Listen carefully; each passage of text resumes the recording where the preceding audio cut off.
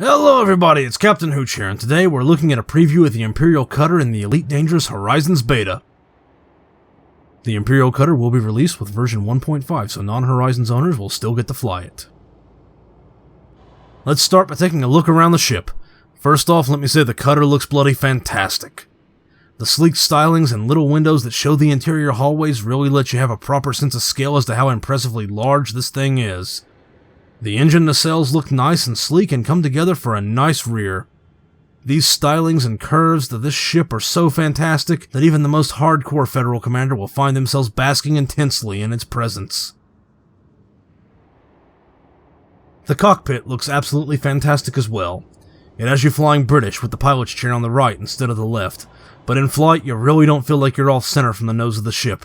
It has a very spacious bridge with lots of little sleek design elements common with Imperial stylings. It's quite possibly my favorite ship cockpit so far. Now we've got it out of the hangar and we're ready to take it on a shakedown cruise around the station. The first thing I've noticed is how nice the boost sounds on this ship. It's really just a very loud vessel across the board, and this makes it feel powerful. But once you get into a turn, you'll notice that it drifts. Its lateral and vertical thrusters don't really compensate very well for turns, which will end with you sliding around while flying it, relying on boosting to get your forward momentum back. This can cause several crashes if you try and fly it like, well, any other ship in the game.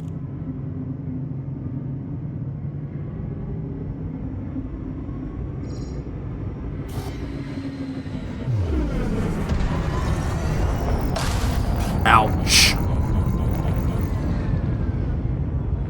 For now, let's just take a moment to listen to her as we fly around the station and enjoy the great sound design in Elite.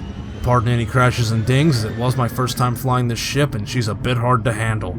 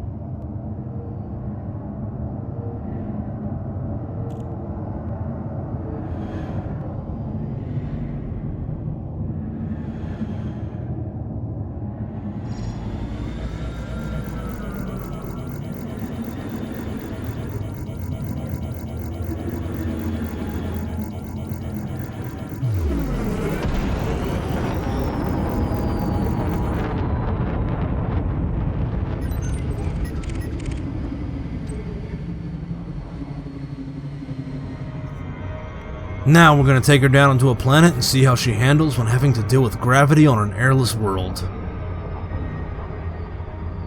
I could immediately feel the weight of the vessel once I hit orbital cruise, but it wasn't anything too bad and flight was still very manageable. Once out of glide, the vessel's weight was very much apparent, but in order to properly test how well she flies, we need to try some acrobatics and see if we can have some fun with other commanders and SRVs down on the surface, by buzzing them of course. This wasn't always easy though because of how badly this ship likes to drift. I did find myself banging into the ground on more than one occasion. Thankfully the powerful shields held strong and prevented me from taking any damage on the impact.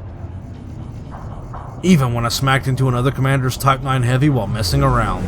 Hopefully he or she wasn't too cross about that. But when it came to finally try landing this thing on the surface, it wasn't nearly as bad as I expected. Once I slowed down and began flying like I wasn't a teenager with the keys to a brand new sports car heading off to wrap it around a tree, I found this ship fairly easy to handle and I made some friends along the way. From down here I felt like an ant compared to my ship, and if that doesn't give you a proper sense of scale, nothing will. Of course I don't like feeling tiny, so I quickly got back on board and took to the skies. Once back in space, I stumbled upon a distress call. Being the ever-curious type, I dropped in to see what assistance I could offer. What I found, however, was a helpless trader being accosted by pirates who had shot out his engines, leaving him adrift. It was a battle. What a perfect chance to test the firepower of this impressive vessel. My first regret was keeping my beams fixed, as this ship's agility does not make fixed weapons viable at all. In retrospect, I should have gone with all turrets and gimbals, but in hindsight, it's a bitch, or so they say.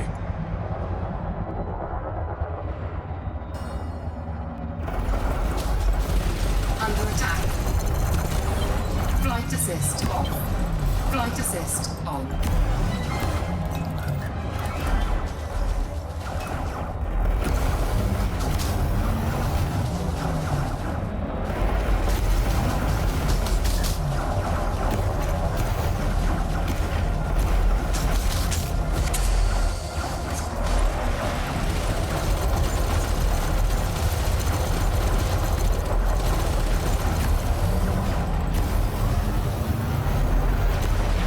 Target shields offline.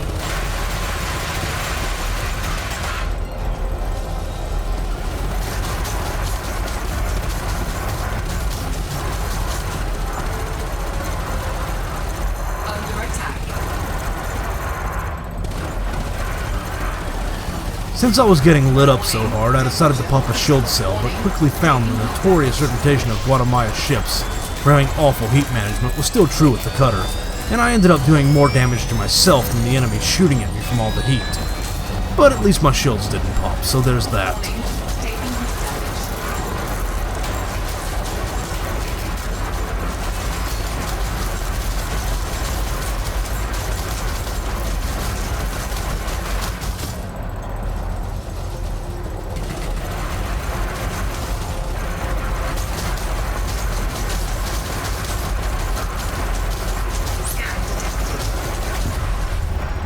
Target destroyed.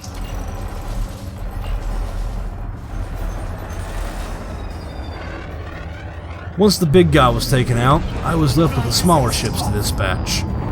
The agility of the cutter really made me suffer in this battle as the little ships flew circles around me. Flight assist. I had to disable my flight assist to get them in my sights. Thankfully, superior firepower didn't make the battle last long, and eventually I got them.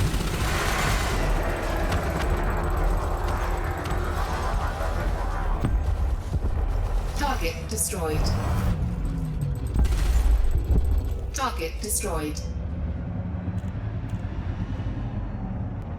On my trip back to the station, I got to take a moment to think about where the cutter fits in a pilot's hangar.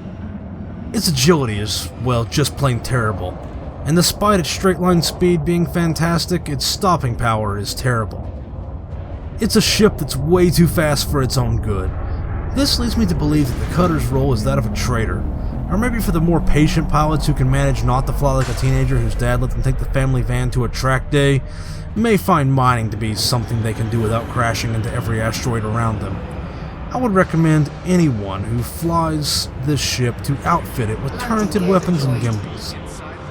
Its agility means fixed just is a bit too hard to aim, and you'll lose damage per second as you struggle to keep your target in your sights.